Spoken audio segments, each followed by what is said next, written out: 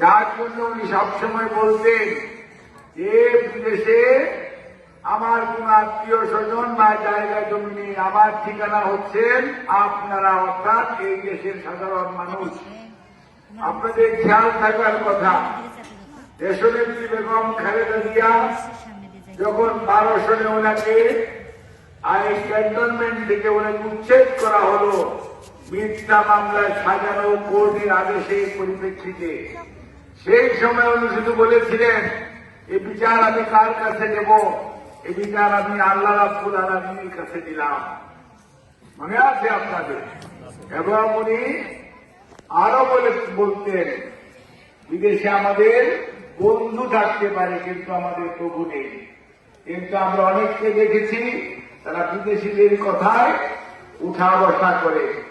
আর বাংলাদেশ জাতীয়তাবাদী দল, আমাদের নেতা শহীদ জিয়া বলতেন ব্যক্তির চেয়ে দল বড়, দলের চেয়ে দেশ বড়।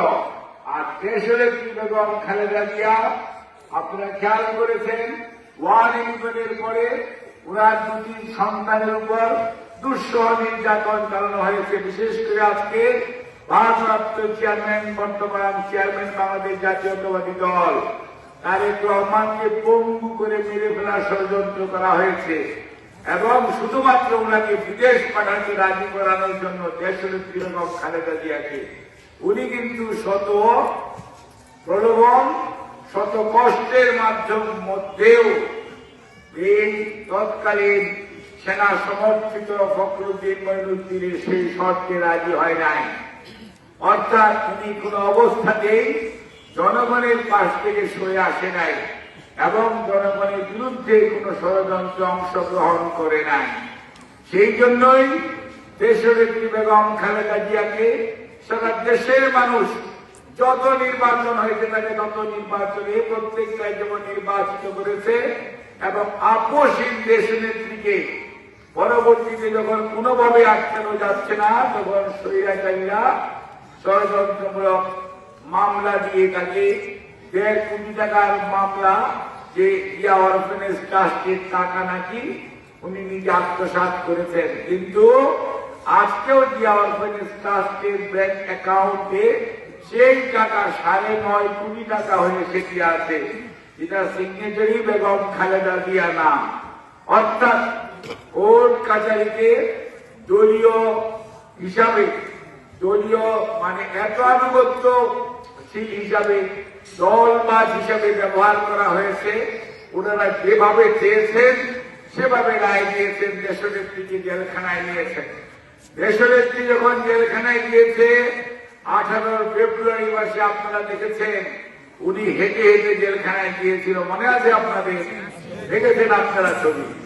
কিন্তু ওনাকে যখন 2020-এর 25শে মার্চ যখন ওনাকে ওনার বাসায় শর্ত সাপেক্ষে মুক্তি দিয়ে গৃহবন্দী করা হলো, সেই সময় ওনাকে কিভাবে পাঠানো হলো, উনি হুইল চেয়ারে করে সেখানে ফিরে আসা।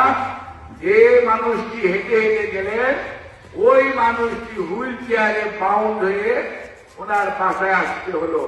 অর্থাৎ এই জেলখানায় যে 2 বছর উনি ছিলেন, তারা তার যে প্রয়োজনীয় চিকিৎসা করা প্রয়োজন ছিল, চিকিৎসককে দেখতে দেওয়ার দরকার ছিল, পরীক্ষা নিরীক্ষা করানোর প্রয়োজন ছিল, ওই সময় এর কোন ধরনের ব্যবস্থা করা হয় নাই। যদিও ওনার দল এবং পরিবারের পক্ষ থেকে বারবার আবেদন নিবেদন করা হতো, কিন্তু কোনটাই গ্রহণযোগ্য হতো না।